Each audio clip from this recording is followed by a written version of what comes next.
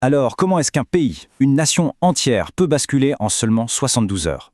Eh bien, en 1830, la France l'a fait. On va plonger ensemble au cœur de cette révolution, une vraie révolution éclair qui a complètement redéfini la monarchie française.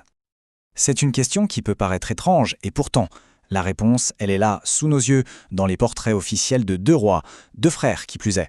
Et chacun de ces portraits, ce n'est pas juste une simple image, non, c'est une véritable déclaration politique. C'est une vision du pouvoir qui va mettre la France littéralement sur une trajectoire de collision. Voilà, pour bien comprendre l'explosion qui s'annonce, il faut d'abord qu'on regarde la poudrière. Tout commence en fait avec l'équilibre très très fragile que la France essaie de trouver juste après le chaos de l'ère napoléonienne. Donc après la chute de l'Empire, le roi Louis XVIII revient. Il reprend le pouvoir. Mais attention, il est pragmatique. Il a bien compris qu'un retour pur et simple à l'ancien régime, c'est impossible. Les mentalités ont changé. Sa solution alors, eh bien, c'est un grand compromis. La charte de 1814. Et cette charte, c'est un véritable numéro d'équilibriste. D'un côté, on garde les grands acquis de la Révolution, l'égalité devant la loi, les libertés individuelles, tout ça. Mais de l'autre, le roi garde un pouvoir énorme. Il propose les lois, il dirige l'armée.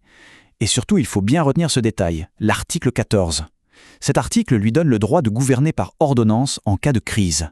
C'est, ni plus ni moins, la bombe à retardement du système. Et justement, son portrait officiel illustre ça à la perfection. Regardez bien. Pas de couronne, pas de sceptre, rien de tout ça.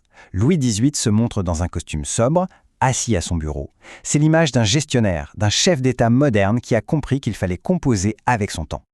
Mais voilà, tout cet équilibre précaire, il s'arrête net en 1824. Son frère, Charles X, monte sur le trône. Et avec lui, c'est une vision radicalement, mais alors radicalement différente de la France qui arrive au pouvoir. Le contraste avec son frère, il est saisissant. C'est le jour et la nuit. Il suffit de regarder son portrait. Charles X, lui, ressort toute la panoplie du pouvoir absolu. La couronne, le sceptre, le grand manteau d'hermine. Ce n'est pas juste une question de style, c'est une véritable déclaration d'intention. Son projet, il est limpide, c'est la marche arrière toute. Et son programme politique, il est exactement à l'image de son portrait. L'idée, c'est de restaurer une monarchie traditionnelle quasi absolue. Concrètement, ça veut dire quoi? Plus de pouvoir pour l'Église, la censure de la presse, et surtout, une volonté affichée de gouverner sans tenir compte de la Chambre des députés.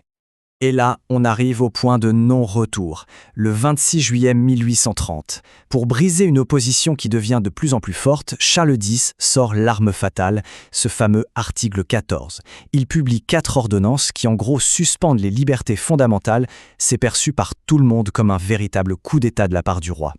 La mèche est allumée. Et la réponse à ce coup de force, elle ne se fait pas attendre. Pas du tout. Paris s'embrase. La révolution va se jouer en un temps record. Le 27 juillet, on a les premières protestations.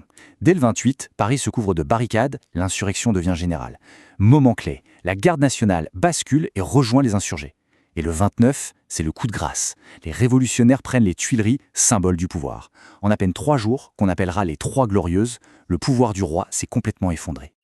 L'effondrement est total, absolu. Charles X n'a plus aucune marge de manœuvre. Moins d'une semaine après avoir signé ces fameuses ordonnances, il abdique. C'est la fin. Fin du règne pour la branche aînée des Bourbons. La victoire est là, c'est un fait. Mais elle ouvre sur une question immense, presque vertigineuse. Et maintenant, on fait quoi? Qu'est-ce qu'on va bien pouvoir construire sur les ruines du régime de Charles X? À ce moment-là, 2 visions totalement différentes de la France s'affrontent. D'un côté, on a les révolutionnaires, ceux qui étaient dans la rue, sur les barricades. Eux, ce qu'ils veulent, c'est la République. Et de l'autre, il y a la bourgeoisie libérale, avec des figures comme Adolphe Thiers. Eux, ils ont peur du chaos, du désordre. Ils préfèrent une solution bien plus modérée. OK pour une monarchie, mais une monarchie constitutionnelle, libérale.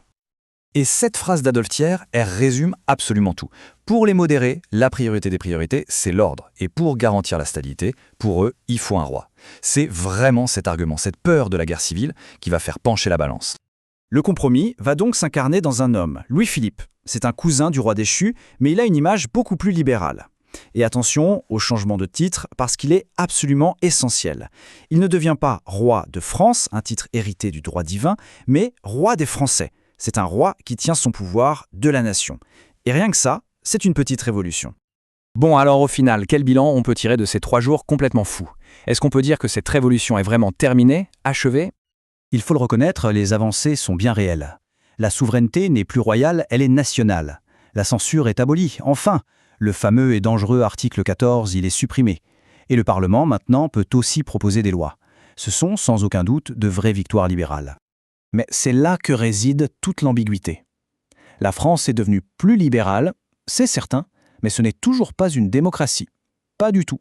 Le pouvoir, et surtout le droit de vote, restent entre les mains d'une toute petite élite, les plus riches.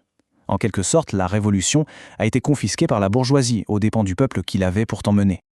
Et on termine sur cette question, qui est essentielle. Quand une révolution s'arrête à mi-chemin, avant la démocratie, est-ce qu'une autre n'est pas tout simplement inévitable? En refusant d'ouvrir vraiment le jeu démocratique, le régime de 1830 n'a fait que repousser le problème. Il portait déjà en lui les graines de sa propre chute. Une tension qui va finir par exploser à peine 18 ans plus tard, en 1848. Mais ça, c'est une autre histoire.